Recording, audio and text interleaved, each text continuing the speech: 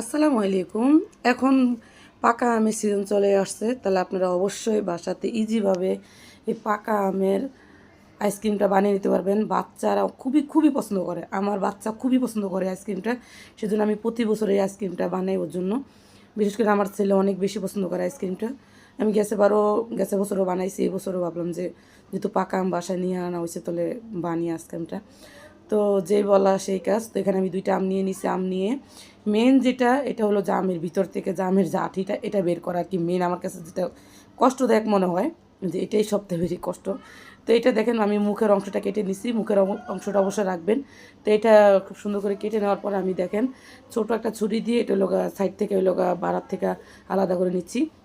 আলাদা করা হয়ে গেলে আপনারা দেখতেছেন আমি এটা একটু মানে নরম করার চেষ্টা করতেছি। নরম করলে খুব সুন্দরভাবে এটা আঠিটা বের হয়ে আসবে, যেহেতু আমের সাইজটা খুবই বড়। তো আমি এটাকে দেখেন একটু নরম করে নিয়ে একদম একটা চামিচ নিছি, চামিচ দিয়ে চামিচের পিছনে যে অংশ ওইটা দিয়ে দেখেন আলতো করে একদম হালকা লগা এটা ভিতরে মানে জায়গা করে নিচ্ছি আর কি। জায়গা করে এইভাবে লগা একটু টিপ দিলে এটা খুব সুন্দরভাবে বের হয়ে আসবে। এটা আমার কাছে একটু কষ্টকর মনে হয়, এটাই আর কি, আর কোনো কিছুই না।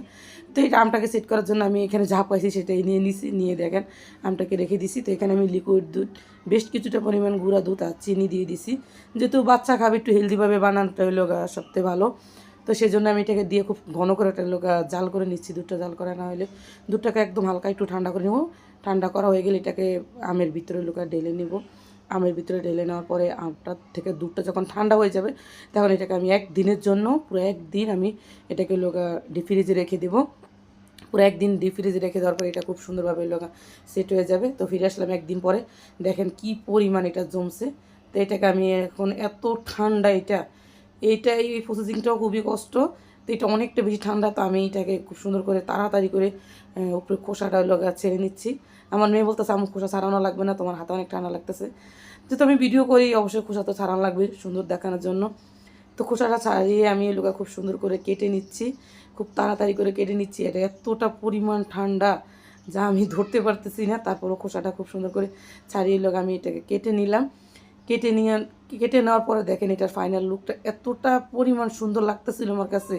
তো উপরে হালকা একটু আমি পেস্তা বাদাম দিয়ে ডেকোরেশন করে নিচ্ছি। দেখেন বানানো কিন্তু খুবই ইজি, কিন্তু খেতে মাশাআল্লাহ মাশাআল্লাহ অনেক বেশি মজা। অবশ্যই পাকা আমি সিজনে একবার হলো বানিয়ে নেবেন।